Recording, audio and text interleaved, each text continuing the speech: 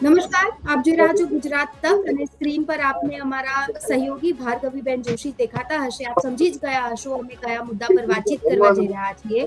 વિસાવદરની ચૂંટણીનો માહોલ છે બરાબર રીતે જામેલો જોવા મળ્યો અને આખરે હવે મતદાનનો દિવસ આવ્યો અને મતદાન વિસાવદરની જનતાએ કર્યું છે. ઈવીએમમાં કેદ છે એ ભાવિ લોકોના થઈ ગયા છે. ત્યારે હવે વિસાવદરની સત્તા પર કોણ બિરાજમાન થશે નક્કી થશે. સોમવારે જ ખબર પડશે. પરંતુ ઘણા બધા હાઈ વોલ્ટેજ ડ્રામા પણ જોવા મળ્યા. પરંતુ સૌથી પહેલા ભાર્ગવીબેન હું આપના પાસેથી એ જાણવા માંગીશ કે અત્યાર સુધી કેટલા ટકાનું મતદાન છે થઈ ગયું છે અને શું સ્થિતિ છે હાલ? આપ ક્યાં છો? સૌમ્ય, અત્યારે 54% જેટલું મતદાન ઓલરેડી થઈ ચૂક્યું છે અને હજી એટલે અંદાજ એક લગાવી શકાય કે 60%ની આડે ગાડે મતદાન થાય એવી પૂરી શક્યતા છે. હા સૌમ્ય જી, આ વખતે અલગ અલગ સમીકરણો જોવા મળ્યા. આમ આદમી પાર્ટી પણ મેદાનમાં હતી. છેલ્લે હવે એક વધુ વિડીયો આપના દ્વારા સેન્ડ કરવામાં આવ્યો છે જેમાં ભારતીય જનતા પાર્ટી અને આમ આદમી પાર્ટીના કોર્પોરેટર વચ્ચે બબાલ છે જોવા મળી રહી છે. સૌથી પહેલા એ મુદ્દો જાણવા માંગીશ. વિપુલ સુવાગિયા કરીને સુરતના એક કોર્પોરેટર છે કે જેને જ્યારે ફોર્મ દાખલ કરવામાં આવ્યા ત્યારે પણ એને બબાલ કરી હતી અને આમ આદમી પાર્ટીના ગોપાલ ઇટાલિયા જ્યારે ફોર્મ ભરતા હતા ત્યારે એમની સાથે જનરલી આચારસંહિતા મુજબ 5 લોકોને જ ઓફિસમાં ફોર્મ ભરવા માટે જવા દેવામાં આવતો હોય છે. પરંતુ આ વિપુલ સુવાગિયા પોતે 5 લોકોને લઈને આવ્યા હતા અને તેણે કહ્યું હતું કે મારે મતદાન મથકની અંદર જવું છે, સોરી આચારસંહિતા હોવા છતાં ફોર્મ ભરવા માટે જવું છે. પોલીસે ટીંગાટોળી કરી ગાડીમાં બેસાડી અને ત્યાંથી રવાના કર્યા હતા. આજે ફરી વખત હળમતિયા જે ગામ છે ત્યાં એમને ફરી એક વખત એવું કર્યું છે કે તેની પાસે જે આઈ કાર્ડ છે એ નકલી હોવાનું ગ્રામજનો આક્ષેપ કરી રહ્યા છે, કારણ કે એ સુરતના કોર્પોરેટર છે. આમ છતાં ભેસાણ તાલુકાના ગામની અંદર જઈ અને પોતે કોઈ જગ્યાએ ગામ લોકોની પૂછપરછ કરતા હતા. જે લોકો મતદાન કરી રહ્યા છે એ મતદારોની પૂછપરછ કરી રહ્યા હતા અને એટલે જ એમણે ગ્રામજનોને જયારે આ વાતની ખબર પડી ત્યારે એ લોકોએ એને ત્યાંથી જવા માટેનું કહ્યું ત્યારે થોડી બબાલ જેવું થયું અને આ જે વિરોધાભાસ થયો એમાં ગ્રામજનોએ પોલીસને સાથે રાખી અને આ જે વિપુલ સુવાગિયા છે એમને ત્યાંથી બહાર કાઢ્યા હતા.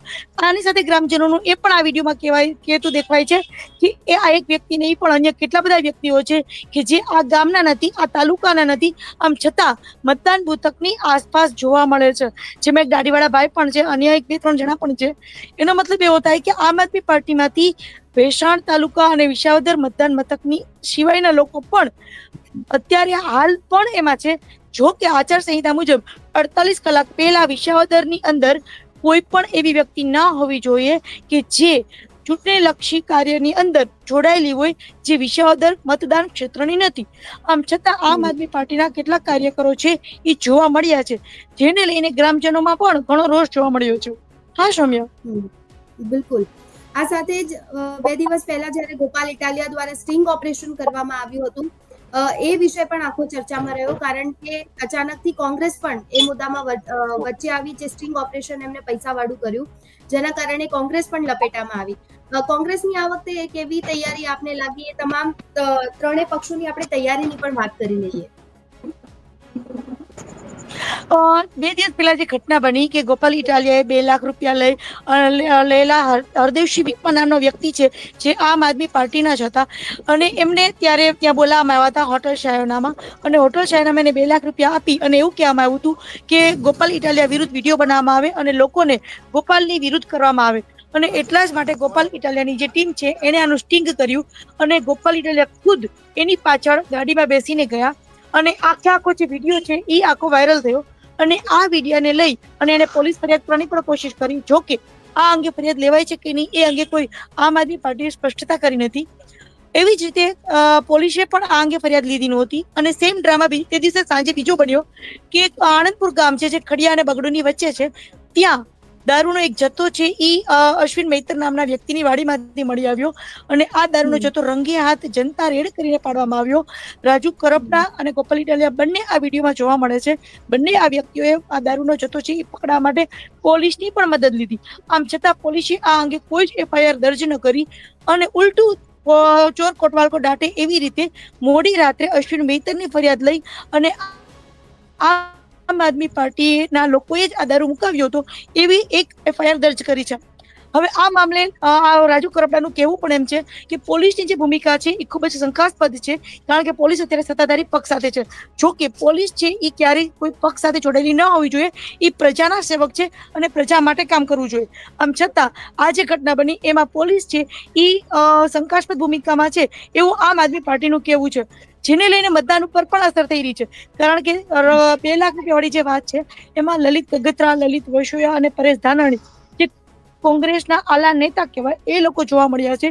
રૂમમાંથી લલિત કગથરા પણ નીકળતા દેખાયા છે. સીસીટીવી ફૂટેજની અંદર લલિત વસોયા અને લલિત કગથરા, પરેશ ધાનાણી 3 વ્યક્તિઓ દેખાયા છે, જેને લઈને લોકોની અંદર કોંગ્રેસ પ્રત્યે પણ થોડી નારાજગી છે કે કોંગ્રેસ અને બીજેપી બંને પડદા પાછળ એક થઈ અને ગોપાલ ઇટાલિયાને જીતાડવા માંગે છે, હરાવવા માંગે છે. અને એને જ લઈ અને લોકોની અંદર ખૂબ જ રોષ પણ છે.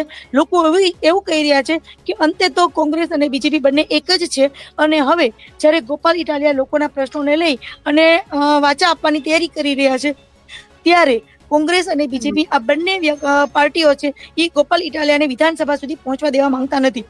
જ્યારે બીજી તરફ એવું પણ બને છે કે બીજેપી અને કોંગ્રેસ બંને એવું કહી રહ્યા છે કે આ ગોપાલ ઇટાલિયાનું પહેલા સુરતના કતારગામમાં જ્યારે ચૂંટણી લડ્યા ત્યારે પણ આવું કર્યું હતું, અને અહીંયા પણ વિસાવદરની અંદર ખોટી પ્રશંસા મેળવવા માટે, ખોટું લોકોની સહૃદયતા મેળવવા માટે અને લોકોની મતદાનની જે પ્રક્રિયા છે એમાં લોકોની સિમ્પથી મેળવવા માટે એ લોકોએ આવું કર્યું છે.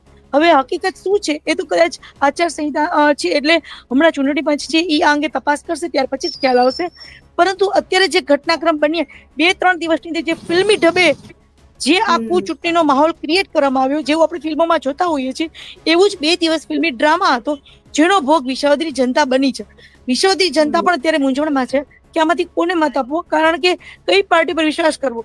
કોંગ્રેસ તો કે પૈસાના આટામાં આવી ગઈ, બીજેપી તો એવું કહેવાય છે કે કોંગ્રેસને આવું કરવા માટે બીજેપીએ જ હાથો બનાવ્યો હતો, અને આમ આદમી પાર્ટી છે એ દારૂ પકડાવી રહી છે. તો એવું કહેવાયું છે કે એ દારૂ મૂકનાર ખુદ ગોપાલ ઇટાલિયા અને રાજુ કરપડા જેવી વ્યક્તિઓ જ હોઈ શકે છે.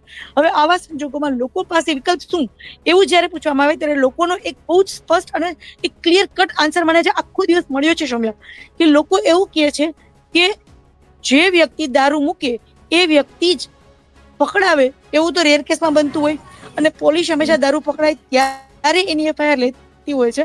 પરંતુ આ ઘટનામાં તો દારૂ જયારે પકડાયો ત્યારે એફઆઈઆર લેવામાં નથી આવી, પરંતુ ઉલટું ગોપાલને રાજુ કરપડા ઉપર જ ફરિયાદ દાખલ કરવામાં આવે છે. તો આમાં ક્યાંક ને ક્યાંક લોકોની અંદર પણ સાચી સ્થિતિ શું છે તે સમજવા માટેની કોશિશ થઈ રહી છે. હવે એ આજે મતદાન મથક ઉપર એની અસર થઈ છે કે કેમ એ તો 23 તારીખે જ ખબર પડશે. હા સૌમ્ય.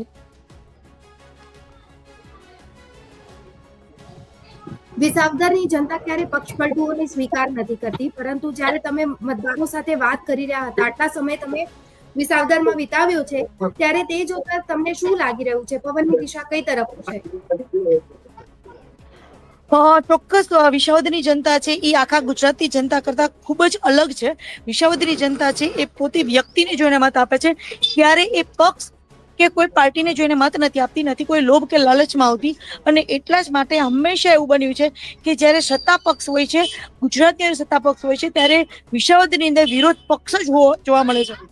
આજે જે સ્થિતિ છે એ સ્થિતિની અંદર મેં જોયું છે કે ભૂપત ભાયાણી અને હર્ષદ ત્રિપડિયા બંનેને બીજેપીમાં પક્ષ પલટો કરાવ્યા બાદ પણ ભાજપ છે એ અત્યારે મજબૂત સ્થિતિમાં છે એવું કહી શકાય નહીં, કારણ કે લોકોની અંદર હર્ષદ ત્રિપડિયા અને ભૂપત ભાયાણીના પ્રત્યે નારાજગી કરતા ભાજપ પ્રત્યે નારાજગી વધારે જોવા મળી છે. લોકો એવું કહી રહ્યા છે કે ભાજપ પોતે એટલું સક્ષમ નથી એટલે એને ધારાસભ્યો આવી રીતે પક્ષ પલટું કરાવ્યા છે.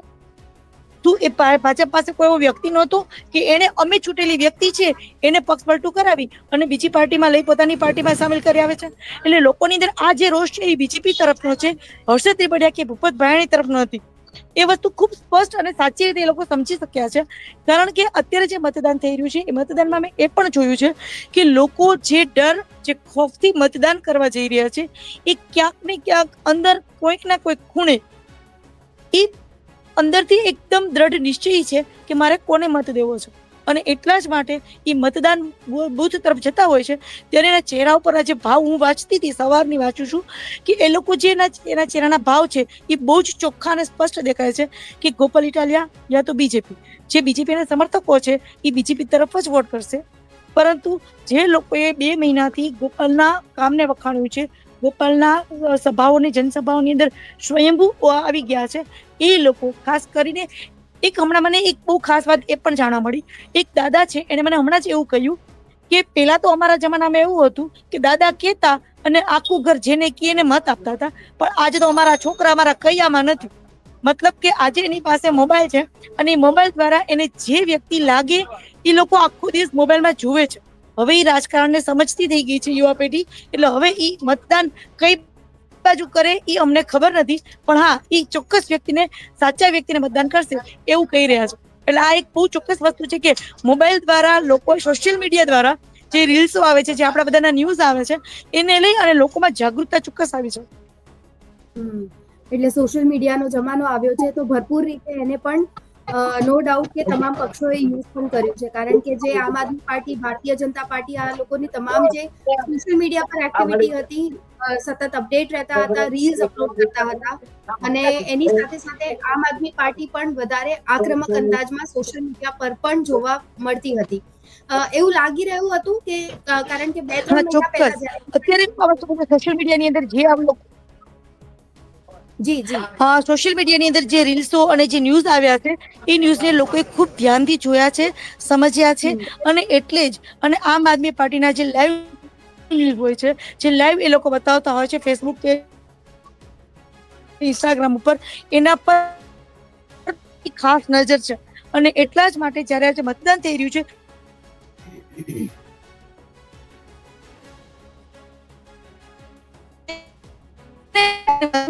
વાત છે. બિલકુલ.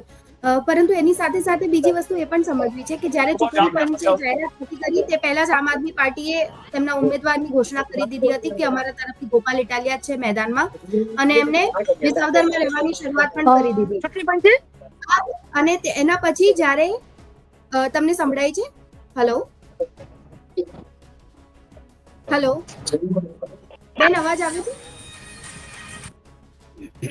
હા બોલો. હા આવે છે. અવાજ આવે છે બેન? હેલો. હા આવે છે. ચૂંટણીની તારીખોની ઘોષણા નથી કરી તે પહેલાથી જ આમ આદમી પાર્ટીએ પોતાનો ઉમેદવાર છે એ ઘોષિત કરી દીધો હતો. ગોપાલ ઇટાલિયા છે મેદાનમાં હતા અને સતત 2-3 મહિનાથી વિસાવદરમાં જ રહી રહ્યા હતા. અને ત્યારબાદ જ્યારે ભારતીય જનતા પાર્ટીએ તારીખોની ઘોષણા થઈ, ત્યારબાદ કિરીટ પટેલના નામની ઘોષણા કરી, અને એ સમય એવો આવી ગયો કે એ વખતે ગોપાલ ઇટાલિયાનો રિવિઝનનો દોર છે એ શરૂ થઈ ગયો. તો શું લાગે છે કે ગોપાલ ઇટાલિયાએ જે રિવિઝન કર્યું છે, જે મહેનત કરી છે, એ રંગ લાવશે કે પછી કિરીટ પટેલના માટે જ્યાં આટલા બધા નેતાઓ મેદાનમાં હતા, ખુદ મુખ્યમંત્રી ભૂપેન્દ્ર પટેલ મેદાનમાં આવ્યા હતા અને તેઓ જોડાયા હતા રોડ શોમાં નામાંકન ભરવા ગયા ત્યારે, કે એ તમામ વસ્તુઓ છે અસરકારક સાબિત થશે? કારણ કે કિરીટ પટેલ માટે પણ એમના પોતાના જ મિત્ર જયેશભાઈ રાદડિયા એ પણ મેદાનમાં હતા. સૌમ્યા, ગોપાલ ઇટાલિયાએ જે લાસ્ટ 2 મહિનાથી જે મહેનત કરી છે એ ચોક્કસ રંગ લાવી છે, પરંતુ એની સાથે સાથે એ આપણે કેવું ઘટે કે ભાજપ અને કોંગ્રેસ છે એ બંને જૂની પાર્ટીઓ છે, એ વર્ષોથી એના મૂળિયા છે એ આ જમીનો ઉપર જડમૂળથી જકડીને રાખીને બેઠા છે. આવા સંજોગોમાં આમ આદમી પાર્ટીએ છેલ્લા 2-3 દિવસ જે દારૂ કે એવામાં જે સમય બગાડ્યો છે, એ સમય બગાડવા કરતા જો એ લોકોએ ગ્રામ્ય લેવલ ઉપર પોતાની પકડ મજબૂત કરવાની કોશિશ કરી હોત તો કદાચ પરિણામ મને લાગે છે જુદું હોત. કારણ કે બીજેપી અને કોંગ્રેસે ચૂંટણીના આખરી તબક્કામાં, એટલે કે 4 થી 5 દિવસોની અંદર અહીંયા ખાસ કરીને ગામડાઓની અંદર જે પકડ બનાવવાની કોશિશ કરી છે, જેના પેજ પ્રમુખો છે, એ લોકોએ જે મહેનત કરી છે, એ રંગ જે કદાચ 23 તારીખે કદાચ અલગ પરિણામ બતાવી શકે. ઓકે, ખૂબ ખૂબ આભાર આપ અમારી સાથે જોડાયા અને તમામ માહિતી આપી તે બદલ. ફરી આપનો સંપર્ક સાધીશું. ઓકે. તો વિસાવદરમાં તો રંગ બરાબરનો જામેલો જોવા મળ્યો અને હાઈ વોલ્ટેજ ડ્રામા પણ છેલ્લા 2-3 દિવસથી તો વધારે જ જોવા મળ્યા. જ્યારે મતદાન યોજાયું એટલે આજ સવારે પણ અલગ અલગ જે રંગ હતા એ પણ જોવા મળ્યા. આમ આદમી પાર્ટી અને ભારતીય જનતા પાર્ટી વચ્ચે જે બબાલ થઈ હતી એ દ્રશ્યો પણ સામે આવ્યા. ત્યારે હવે જોવું ખૂબ જ રસપ્રદ રહેશે કે વિસાવદરની જનતાના દિલોમાં કોણ રાજ કરે છે અને કોણ બાજી મારે છે. તેના પર સૌ કોઈની નજર મંડાયેલી રહેશે. અત્યારે બસ આટલું જ. ફરી મળીશું. નમસ્કાર.